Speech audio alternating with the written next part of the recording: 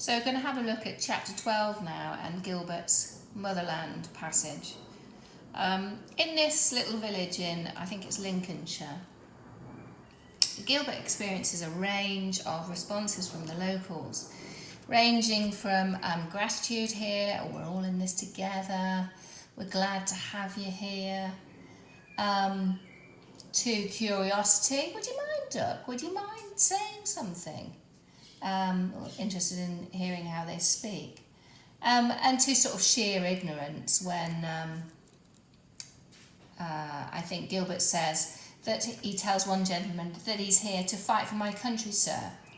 His eyebrows jumped like two caterpillars in a polka. Your country? He asked without need of an answer. And so he's experienced this sort of range of response, and Gilbert responds to this ignorance with an account of the mother country as he sees it. So to Jamaicans, obviously, and this is the main point that Levy's making here, to Jamaicans, they consider themselves British. Gilbert does here. And this was in direct opposition to the way that the British considered the Jamaicans.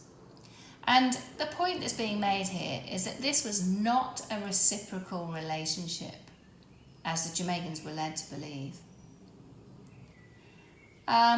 So we've got Gilbert, and he's very, very powerful. It feels like a speech, actually, because he's addressing us directly, isn't he? Let me ask you, or, okay, Gilbert, you've gone too far, I can hear you say. So it's direct address, it's very appealing, it feels like a speech, spoken speech, doesn't it? So he starts off with this extended metaphor. Living far from you is a beloved relation whom you've never met. And yet this relation is so dear, she's known as mother. All right, so this idea of Britain as a mother ties in with the idea of mother country. And so it's built up, there's lots of hyperbole. Her photograph is cherished, shiver, tire and hunger, for no sacrifice, is too much to see you at mother's needy sides. There's lots of hyperbole, lots of exaggerated language, building up to the anticlimax, the bathos of the fact that this mother turns out to be a filthy tramp, a stinking, cantankerous hag. Mother has a blackened eye, bad breath, and one lone tooth. And she says, who the hell are you? So it's brilliantly comedic in the kind of, the sort of anticlimax of this story here. And of course this is based on historical fact, isn't it? We know, don't we, from our understanding, our knowledge of the Windrush, and how it was first greeted. Nobody was allowed. Nobody's allowed out to start off with, were they? So, and we read all about that at the start of the year. So there's lots of methods, very clever methods here, showing that this passage is finely crafted by Levy through Gilbert. And so Levy through Gilbert then, she juxtaposes the Jamaican extensive knowledge of England with the kind of dire ignorance of the British about Jamaica. We've got this image here of Gilbert as a boy, chest puffed like a major on parade, really proud of all the facts that he knows as a really sort of diligent schoolboy. I can recite the canals of England. I could have been telling you about the railways. Ask any of us, and he broadens it out to all of the soldiers like him. Ask any of us colony troops. Ask, and then sit back and learn your lesson.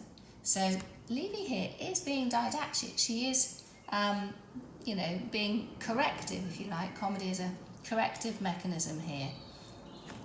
Now see this, an English soldier, and what Gilbert goes on to do then is he takes sort of 3 different British stereotypes and he shows just how ignorant they are, in direct contrast to what we've seen about his knowledge and understanding of Britain. So various stereotypes. We've got Tommy Atkins, who's the English soldier, and then we've got the lady who's nameless, who's the mum. The mum in a kitchen, with the 2 children.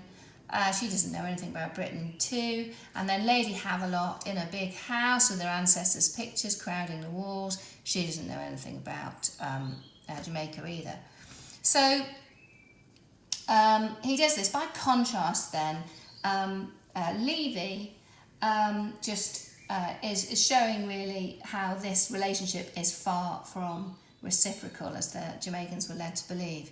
It was inconceivable, Gilbert says, that we Indians, we members of the British Empire, would not fly to the mother country's defence when there was a threat. But tell me, if Jamaica was in trouble, is there any major, any general, any sergeant who would have been able to find that dear island? And then give me a map, let me see Tommy Atkins, Lady Havelock, point to Jamaica. Yeah, basically they can't, but the irony of it is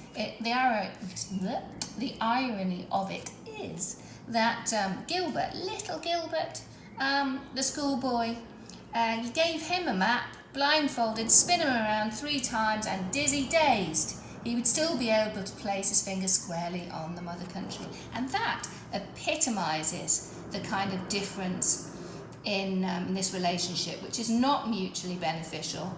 And so the main issue is that Levy is satirising this colonial relationship, which is presented actually as exploitative rather than paternal, or should I say maternal. Maybe Britain here is presented as the antagonist, as the villain, through this cantankerous hag. So this passage is absolutely central structurally in the novel. It's pretty much in the middle of the novel. But it's also central to understanding, it's key to understanding Levy's message here, the main message in her novel.